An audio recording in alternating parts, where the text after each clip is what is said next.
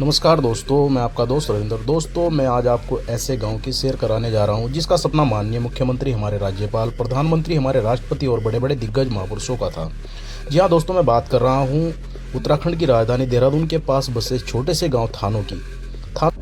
दोस्तों, थानो गांव एक ऐसा गांव है जो कवियों और लेखकों को समर्पित किया गया है, इसीलिए इसे लेखक गांव भी कहा जाता है। दोस्तों, लेखक गांव के उद्घाटन कार्यक्रम में 40 देशों से लगभग 300 लेखक इस स्थान पर पहुंचे थे और एक साथ मंच पर इकट्ठा हुए थे। दोस्तों, यह गांव 50 बीघा धरती पर बसाया गया है, जिसमें 12 लेखक कुटीर भी बनाए गए हैं। दोस्तों, यह गांव सुंदरता के लिए हिमालय की तलहटी पर बसाया गया है, जिससे इसकी सुंदरता और ज़्यादा बढ़ जाती है। दोस्तों, लेखक गांव पूरे भारत का अकेला एक ऐसा गांव है जो लेखकों के लिए तीर्थ के रूप में विकसित होगा। दोस्तों, इस गांव के उद्घाटन समारोह को एक त्यौहार के रूप में मनाया गया था और आगे भी ऐसे ही मनाया जाएगा। दोस्तों, उत्तराखंड में लेखक गांव का निर्माण एक अभिनव प्रयोग है जिसका उद्देश्य लेखकों को ऐसा स्थान उपलब्ध कराना है जहां वह शांत और मन और प्रकृति की गोद में रहकर अपनी रचनाओं को धरातल पर उतार सके। दोस्तों, अपने जीवन के अंतिम क्षण लेखक गाँव में रहकर सम्मानपूर्वक व्यतीत कर सके। दोस्तों, रमेश पोखरियाल निशंक जी ने अपनी परिकल्पना को बड़ी खूबसूरती से देहरादून के प्रकृति के सौंदर्य से भरपूर थानो गांव में उतारा है। अब यह गांव लेखक गांव के नाम से प्रसिद्ध हो गया है और विश्व मानचित्र पर स्थापित हो चुका है। दोस्तों, इस लेखक गांव में 50 बीघा क्षेत्रफल है फिलहाल और 12 लेखक कुटीर बनाई गई है जो कि हिमालय की तलहटी पर बसा हुआ है। दोस्तों, पूर्व राष्ट्रपति रामनाथ कोविंद जी ने भी कहा है कि कलम की ताकत तलवार से भी ज़्यादा होती है। लेखन में एक अद्भुत क्षमता होती है। लिखने पढ़ने मात्र से आप किसी के जीवन में चमत्कार ला सकते हैं। एक लेखक के रूप में जब आप लिखते हैं तो आपको पता नहीं चलता कि आपके पास कितनी असीम शक्ति है।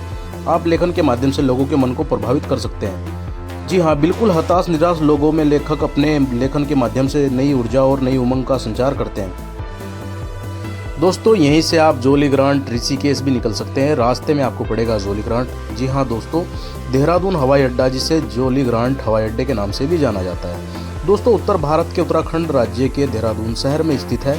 ये हवाई अड्डा एयर इंडिया और इंडिगो द्वारा संचालित किया जाता है, जो दिल्ली और अन्य क्षेत्रीय शहरी केंद्रों के लिए निर्धारित सेवा संचालित करता है। दोस्तों, अगर न्यूज़पेपर की माने तो अगले 3 साल में राजधानी के एयरपोर्ट पर यात्रियों को हर सुख सुविधा मिलेगी। यहाँ बड़े जहाज भी उतर सकेंगे और कई शहरों के लिए नई फ्लाइटें भी शुरू होगी।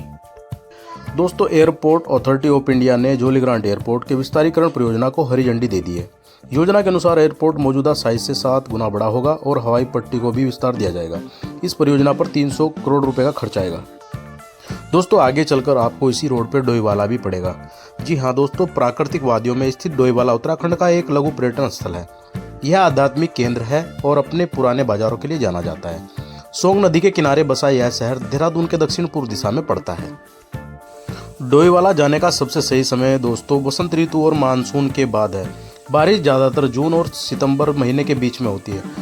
जाड़े में दोस्तों यहाँ का तापमान 1 डिग्री सेल्सियस रहता है, जबकि गर्मियों में तापमान 44 डिग्री तक पहुँच जाता है। दोस्तों, अगर बात करें डोईवाला के इतिहास की तो दोस्तों गढ़वाल राजाओं के शासनकाल में डोईवाला एक गांव था, लेकिन रेल लाइन के आगमन के बाद डोईवाला एक बाजार के रूप में रूपांतरित हो गया। दोस्तों, जब डोईवाला पर अंग्रेजों का अधिकार हुआ तब इस क्षेत्र के आसपास की भूमि पर कृषि कार्य प्रारंभ हुआ और इनका विकास ग्रांट के रूप में हुआ। यही कारण है कि डोईवाला क्षेत्र में स्थित लच्छीवाला, रानी पोखरी, भोगपुर और घमंडपुर गांव के आसपास कई ग्रांट हैं। इनमें मारखम ग्रांट, माजरी ग्रांट और जोली ग्रांट प्रमुख है। दोस्तों, अगर यहाँ के व्यवसाय की बात करें तो यहाँ के लोगों की जीविका का मुख्य साधन कृषि और पशुपालन है। दोस्तों, गेहूं, मक्का, चावल, गन्ना और जौ डोईवाला के प्रमुख कृषि उत्पाद हैं।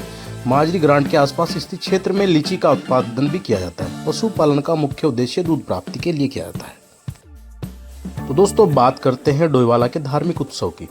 दोस्तों, धार्मिक त्योहारों पर आयोजित होने वाले स्थानीय मेले यहाँ के प्रमुख उत्सव हैं। प्रत्येक वर्ष अप्रैल महीने के अंतिम रविवार को लक्ष्मण सिद्ध मंदिर पर स्थानीय मेले का आयोजन किया जाता है।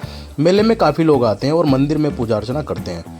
कालू सिद्ध मंदिर पर भी जून महीने के दूसरे रविवार को स्थानीय मेले का आयोजन किया जाता है।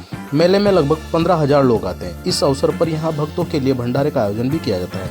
यहाँ हर वर्ष श्री लच्छेश्वर महादेव मंदिर में महाशिवरात्रि मेले का आयोजन भी किया जाता है। तो दोस्तों, कैसी लगी आज की ये वीडियो कमेंट कर जरूर बताएं। दोस्तों को शेयर करें और मिलते हैं एक नई वीडियो में नए व्लॉग के साथ। तब तक के लिए जय हिंद।